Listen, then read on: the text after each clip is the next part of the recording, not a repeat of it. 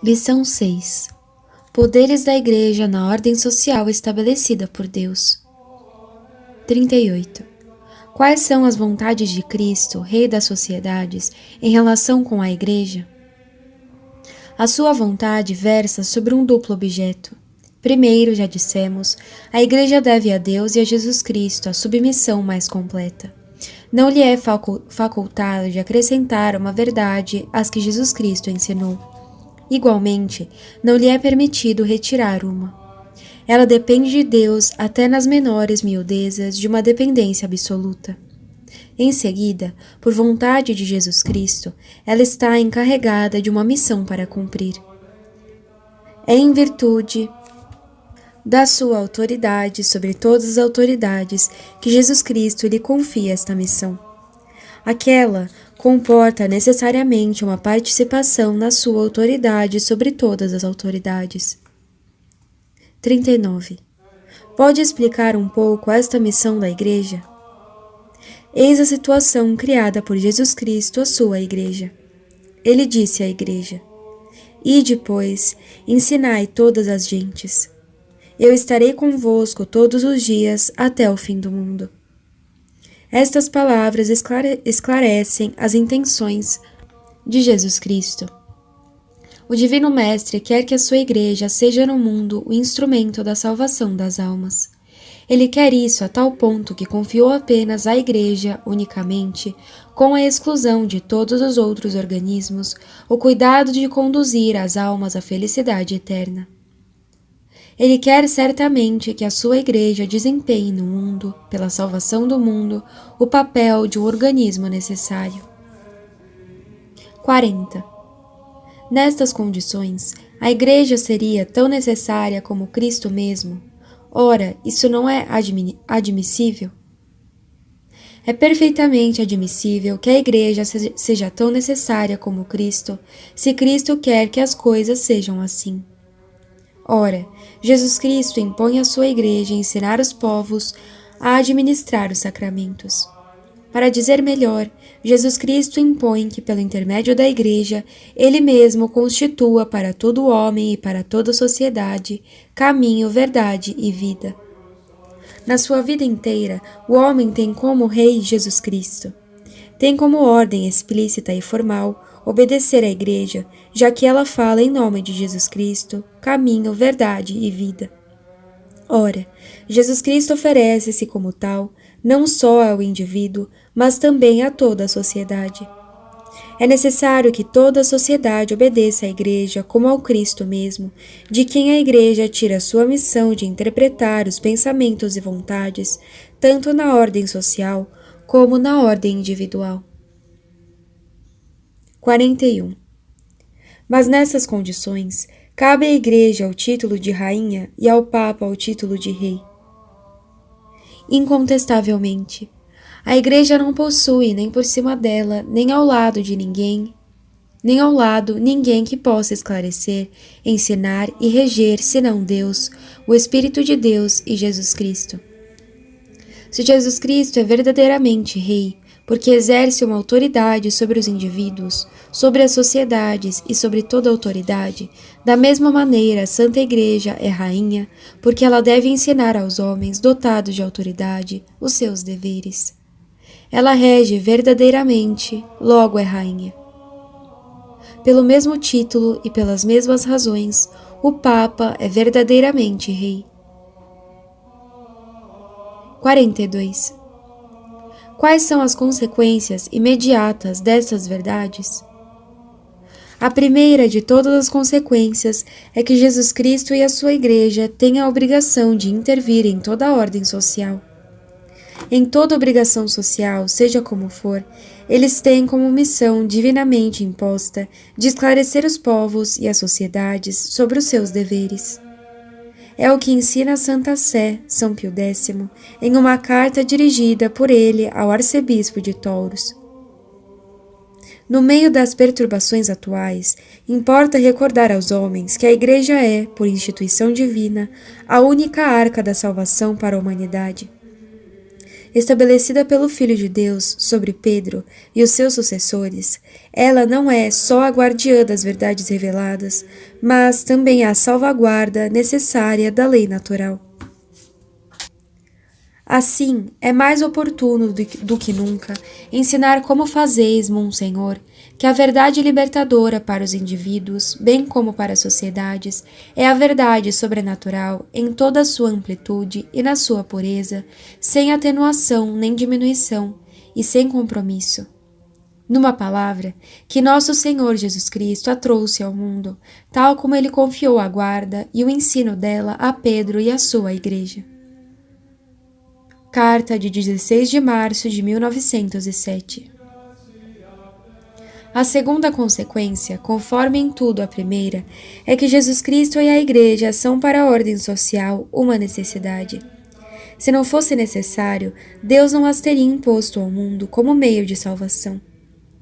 Tem-se para com os povos uma missão obrigatória e os povos têm uma obrigação recíproca de recorrer a elas. 43. Mas então, a Igreja tem uma missão para cumprir, não só para com as almas, mas também para com as sociedades. Não seria isso um abuso? Sim, a Igreja e o Papa devem desempenhar um papel divinamente imposto, não só para as almas, não só para com as almas, mas também para com as sociedades. Primeiro, unicamente à Igreja foi confiada na terra o depósito, não só das verdades reveladas, mas também das verdades morais da ordem natural.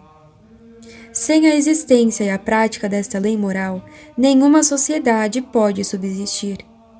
Portanto, a Igreja compete ensinar as verdades primordiais que unicamente podem salvar o mundo e cada país em particular. A Igreja, e unicamente a Igreja, compete interpretar com autoridade as leis de justiça natural que devem presidir as relações dos povos entre eles. Tudo está planejado para que seja assim. A Igreja deve conduzir os povos ao seu último fim.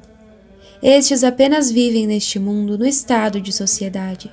A Igreja, portanto, compete conduzi-los ao seu destino, pela sociedade em que Deus quer que eles vivam. É a verdade primordial do último fim intencionado por Deus e que deve também ser intencionado pelos homens, que esclarece todas estas grandes questões. Não é para admirar que o desprezo desta verdade acarrete no seu sulco os castigos divinos. Não é castigo real a impotência em que os governos sucessivos se convulsionam para promover a paz nas nações? Deus, a Igreja e o Papa estão postos de lado e querem fazer as coisas sem eles. A consequência deste esquecimento criminoso é fatal. Queremos operar sem Deus. Deus permite operar sem Ele. Nada de bom então se faz. 44. Nestas condições, seria necessário, portanto, apesar de tudo, inculcar nos homens a dependência de toda a sociedade em relação com Deus, seu Cristo, e a missão da Igreja? Sem dúvida. Nestas condições se deveria inculcar aos homens, custe o que custar, a dependência de toda a sociedade, com respeito a Deus, de seu Cristo e da missão da Igreja. É algo certíssimo que o mal que provém do silêncio dos que têm por missão ensinar é o maior e mais pernicioso dos males. Jesus Cristo disse de modo terminante para circunstâncias como estas: para estabelecer sua verdade no mundo, se for necessário passar por sofrimentos e perseguição, deve passar-se. Mais vale o martírio que o sacrifício e a renúncia das verdades necessárias à salvação. Lição 7. Erro fundamental que reina hoje. 45. Qual é, acerca das matérias que acabamos de tratar, o erro mais pernicioso e mais nefasto? Incontestavelmente, o erro mais pernicioso e mais irredutível é aquele que diz: não há e não pode haver, nem para os indivíduos, nem para as sociedades, verdades impostas, isso é, objetivamente existentes. Portanto, de direito e de fato, não há e não pode haver nem verdade nem erro. a consequência estritamente lógica e que não há nenhum bem, nem mal, nem direito, nem justiça, dar-se-iam todos os direitos tanto ao erro como à verdade, ao bem e ao mal. 46. O que significa dar direitos ao erro? É bastante fácil explicar este ponto. Todos os organismos sociais oficiais e particularmente as constituições dos povos adotaram como fundamento prático a Declaração dos Direitos do Homem e do Cidadão da Revolução Francesa de 1789. Os direitos humanos são absolutos. O homem é o mestre. Tudo, mesmo a verdade, depende dele e é feita para ele. 47. Que significado tem a Declaração dos Direitos do Homem se se a considera desde o ponto de vista da sociedade moderna? É extremamente simples. Outrora, Deus era o centro, o princípio e o fim de tudo na organização social e no indivíduo. Na base das constituições dos povos encontrava-se Deus, Jesus Cristo, a missão da Igreja, segundo as exigências dos direitos divinos. De repente, suprimiram os direitos de Deus. Desta maneira, em todo o lado onde Deus era o mestre e reinava como tal, foi substituído pelo homem, cujos pensamentos e vontades tomam o lugar do pensamento de Deus, da verdade divina, das vontades e da lei divina. 48. Sob qual forma estas teorias estão apresentadas ao público? Este estado de coisas está consagrado pela teoria das grandes liberdades modernas que servem de base às constituições de todos os países. Há a liberdade de consciência, de ensino, de imprensa, de associação e de culto. Estas liberdades são moderadas pela lei. A lei é a expressão da vontade geral. 49. Qual é o sentido preciso destas liberdades? Não significam que o homem deve gozar de uma inteira liberdade para ensinar e praticar o bem? É um sentido em que poderiam ser entendidas. Infelizmente, não é este o sentido que corresponde à realidade dos fatos. O liberalismo moderno compreendeu e aplicou de maneira completamente diferente estas grandes liberdades. Estas consistem em que cada um é livre, em direito, de viver como ele quiser e de ensinar o que quer, de escrever e de publicar segundo os seus caprichos, de associar-se para um propósito bom ou mau. Cada um, afinal, é livre de prestar um culto a quem quiser, a Deus, a Jesus Cristo, a Maomé ou até a Satanás, se isso lhe agradar.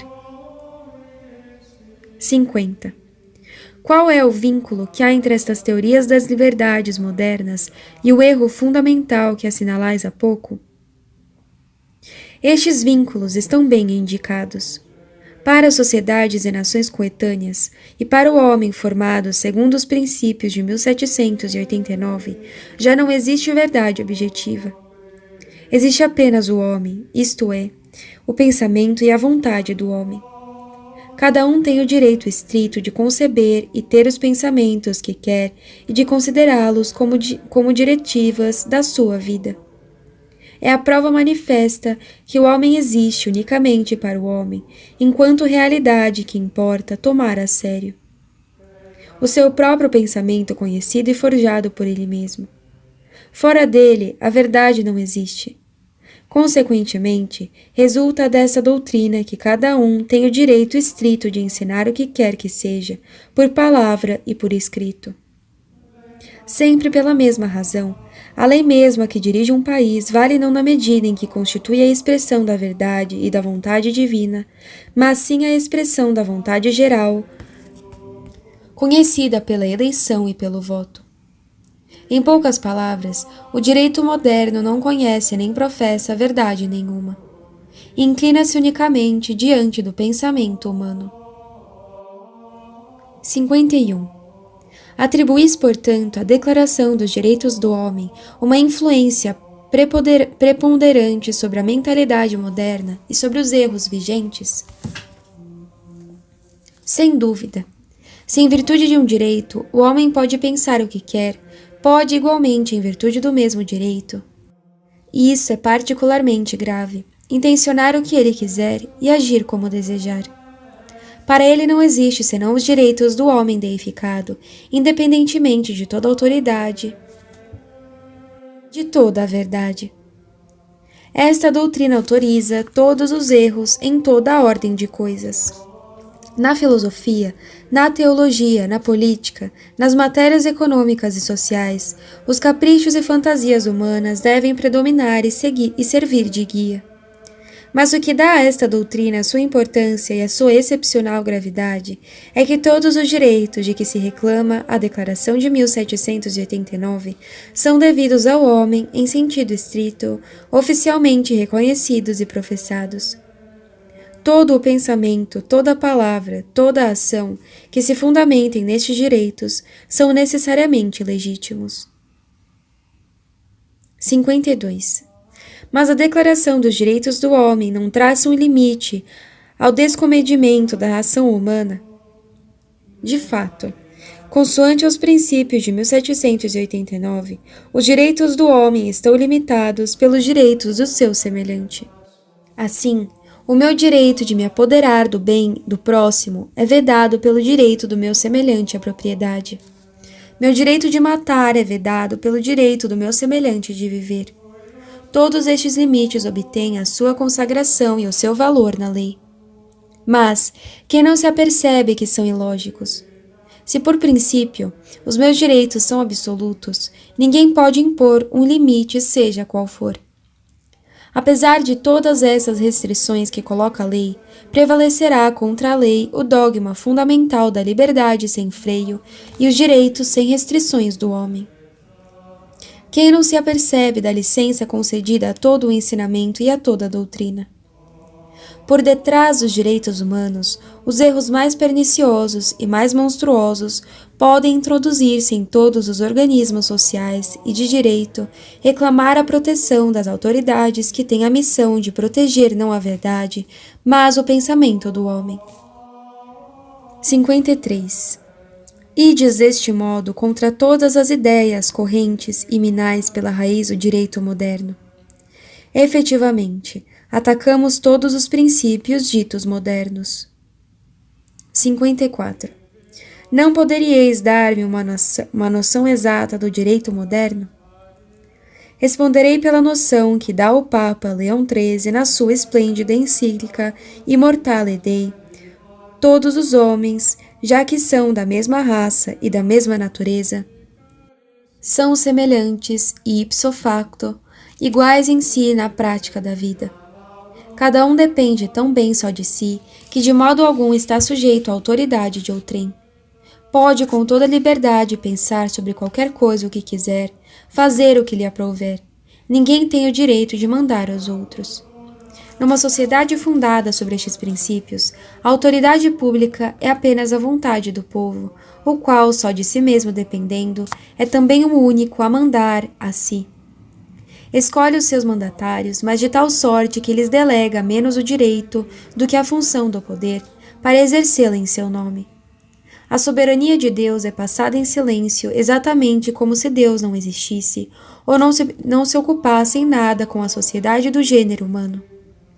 Ou então, como se os homens, quer em particular, quer em sociedade, não devessem nada a Deus, ou como se pudesse imaginar-se um poder qualquer, cuja causa, força, autoridade, não resiste inteira no próprio Deus.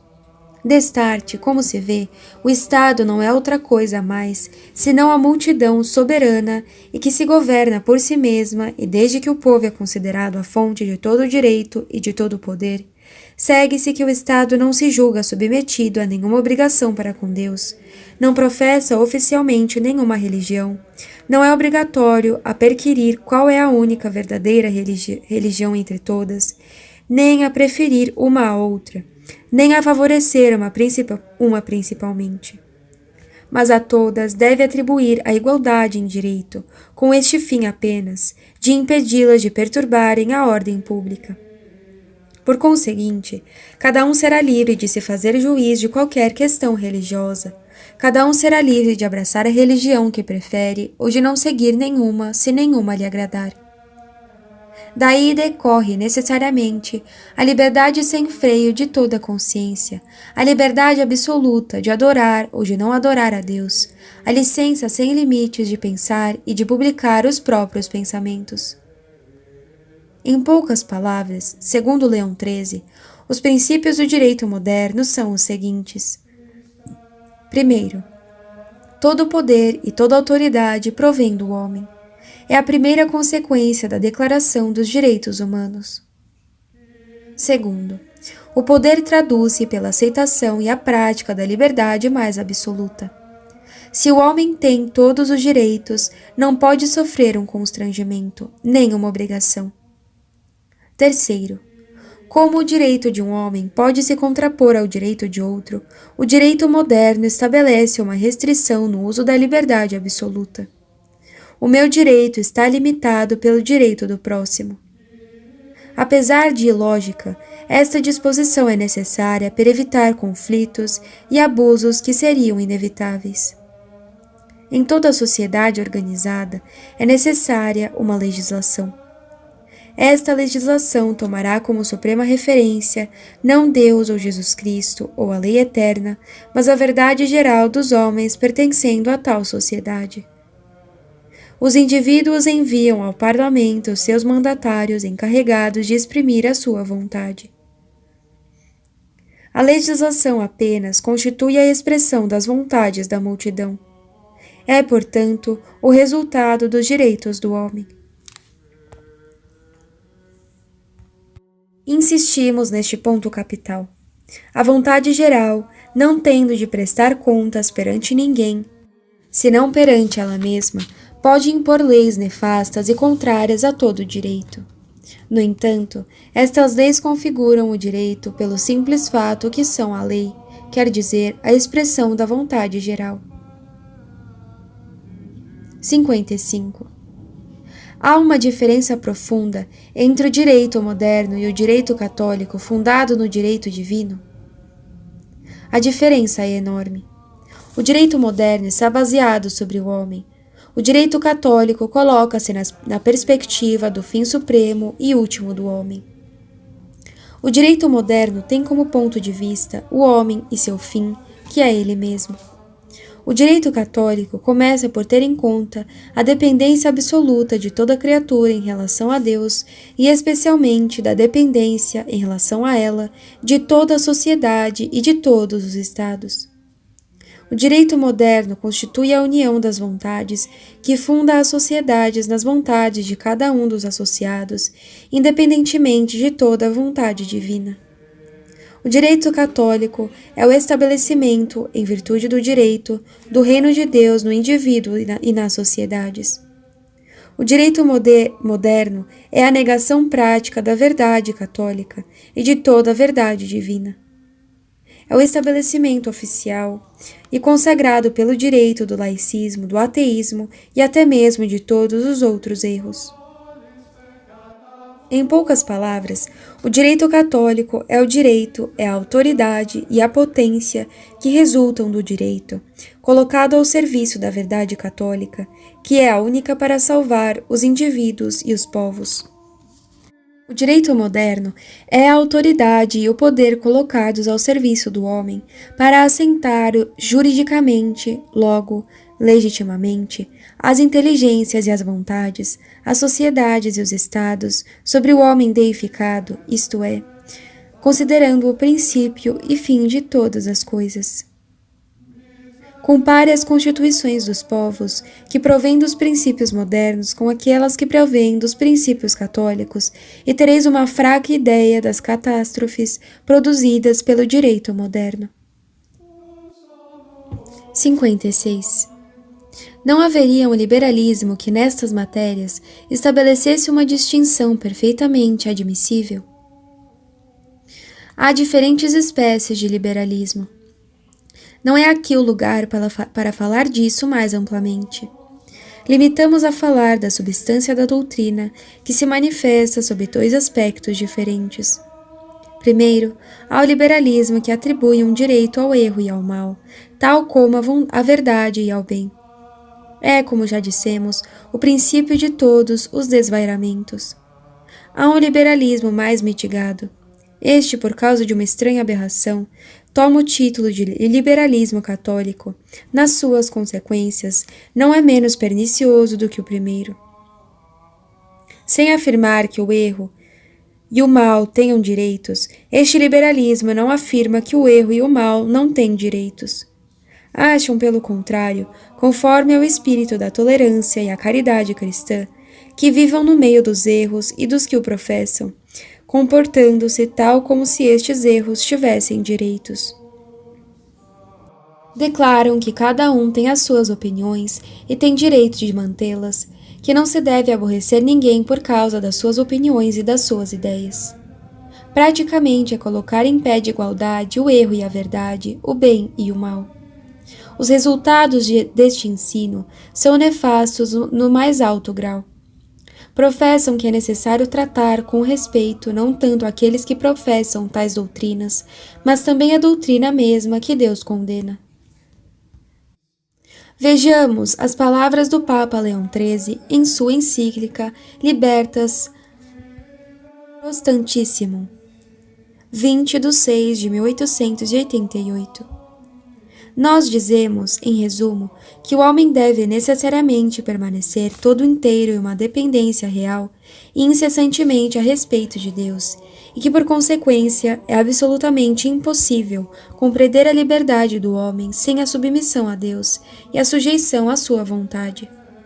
Negar esta soberania de Deus, ou recusar a submissão a ela, não é modo de agir de homem livre, mas de quem abusa da liberdade com a revolta. E é precisamente de uma tal disposição da alma que se constitui e nasce o vício do liberalismo, o qual tem múltiplas formas, porque a vontade pode separar-se da obediência devida a Deus, ou aos que participam da sua autoridade, não do mesmo modo nem no mesmo grau. A insurreição completa contra o império supremo de Deus e recusar-lhe absolutamente toda a obediência, quer seja na vida pública, quer na vida particular e doméstica, é a um tempo, sem dúvida alguma, a maior depravação da liberdade e a pior espécie de liberalismo. É sobre ela que devem cair, sem restrição, todas as censuras que até aqui temos formulado.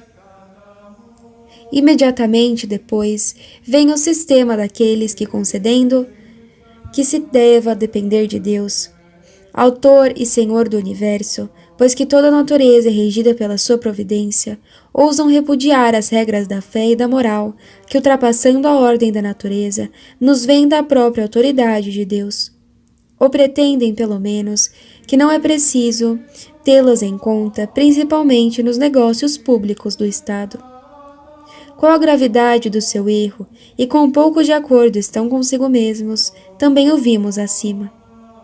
É esta doutrina que deriva, como da sua fonte e princípio, do pernicioso erro da separação da Igreja e do Estado. Quando, pelo contrário, é manifesto que estes dois poderes, embora diferentes na sua missão e na sua dignidade, devem, todavia, entender-se na concórdia da sua ação e na reciprocidade dos seus bons ofícios. A este erro, como a um gênero, se liga uma dupla opinião. Muitos, com efeito, querem uma separação radical e total entre a Igreja e o Estado. Consideram estes que, em tudo que diz respeito ao governo da sociedade humana, nas instituições, nos costumes, nas leis, nas funções públicas, na instrução da juventude, não se deve fazer caso da Igreja como se ela não existisse. Apenas deixam aos membros individuais da sociedade a faculdade de cumprirem particularmente, se quiserem, os deveres da religião. Contra estes, conservam toda a sua força os argumentos pelos quais refutamos a opinião da separação da Igreja e do Estado, com o agravante de que é completamente absurdo que a Igreja seja, ao mesmo tempo, respeitada pelo cidadão e desprezada pelo Estado. Os outros não põem em dúvida a existência da Igreja, o que lhe seria impossível, mas tiram-lhe o caráter e os direitos próprios de uma sociedade perfeita e querem que o seu poder, privado de toda autoridade legislativa, judicial e coercitiva, se limite a dirigir pela exortação e pela persuasão aqueles que de bom grado e por sua própria vontade se submetem a ela. E assim, nesta teoria, o caráter desta divina sociedade é completamente desvirtuado, a sua autoridade, o seu magistério, toda a sua ação é diminuída e restringida, ao mesmo tempo em que a ação e a autoridade do poder civil são por eles exagerada até o ponto de quererem que a Igreja de Deus, como qualquer outra associação voluntária, seja colocada sob a dependência e dominação do Estado. Para convencê-los de erro, os apologistas têm empregado poderosos argumentos que nós mesmos não deixamos no ouvido. Deles se conclui que, pela vontade de Deus, a Igreja possui todas as qualidades e todos os direitos que caracterizam uma sociedade legítima, soberana e, em todos os pontos, perfeita. Muitos, finalmente, não aprovam esta separação da Igreja do Estado, mas julgam que é necessário induzir a Igreja a ceder às circunstâncias, fazer com que ela se acomode e se preste ao que reclama a prudência destes tempos no governo das sociedades. Esta opinião é boa quando é entendida de um certo modo equitativo de proceder, conforme com a vontade e com a justiça, a saber, que a Igreja, na expectativa certa de um grande bem, se mostre indulgente e conceda às circunstâncias do tempo o que pode conceder sem violar a santidade da sua missão. Mas sucede o contrário com as práticas e doutrinas que a relaxação dos costumes e os erros correntes introduziram contra o direito. Não pode haver época alguma sem religião, verdade e justiça. E como estas grandes e santas coisas Deus as colocou sob a guarda da Igreja, nada há tão estranho como pretender que deixe passar sem reparo o que é falso ou injusto, ou o que se torne conveniente com o que prejudica a religião. 57. Não será preferível, apesar de tudo, atuar assim? Certamente que não. Há duas razões para não se conformar às opiniões do liberalismo chamado católico. A primeira é que, por causa do liberalismo, Deus e Jesus Cristo estão privados da sua glória na ordem social. A ordem social deve estar impregnada de Deus e do seu Cristo. Por causa da atitude do liberalismo dito católico, Deus nunca será conhecido, amado e glorificado como ele deve ser. A segunda razão é o perigo de perder-se em que incorrem as almas numa sociedade formada segundo os princípios do liberalismo dito católico. O catolicismo é essencialmente conquistador e educador. Se não conquista, não educa segundo o Espírito de Cristo. O liberalismo mitigado forma meios cujo ambiente se torna fatalmente não católico e mesmo ateu. Desta maneira, o liberalismo, pretensamente católico, contribui para a perda de um incalculável e muito grande número de almas. 58. Mas o Papa Leão XIII fala sobretudo dos males causados pelo laicismo. Para que falar então da questão do liberalismo? É algo evidente que o laicismo reina já na ordem social por causa dos princípios do liberalismo. Seja qual seja o sentido que se lhe dê à palavra laicismo, é necessário admitir que a doutrina que se oferece às pessoas sob esta dominação põe o homem no lugar de Deus. O homem deve reinar onde somente Deus possui a autoridade. Pois bem, todas as teorias deste gênero provêm da Declaração dos Direitos Humanos e da liberdade de que esta goza sobre e contra tudo, e particular contra Deus. O laicismo procede por via direta do liberalismo. O liberalismo é o seu maior apoio, e o justifica enquanto rebelião contra o Ser Supremo.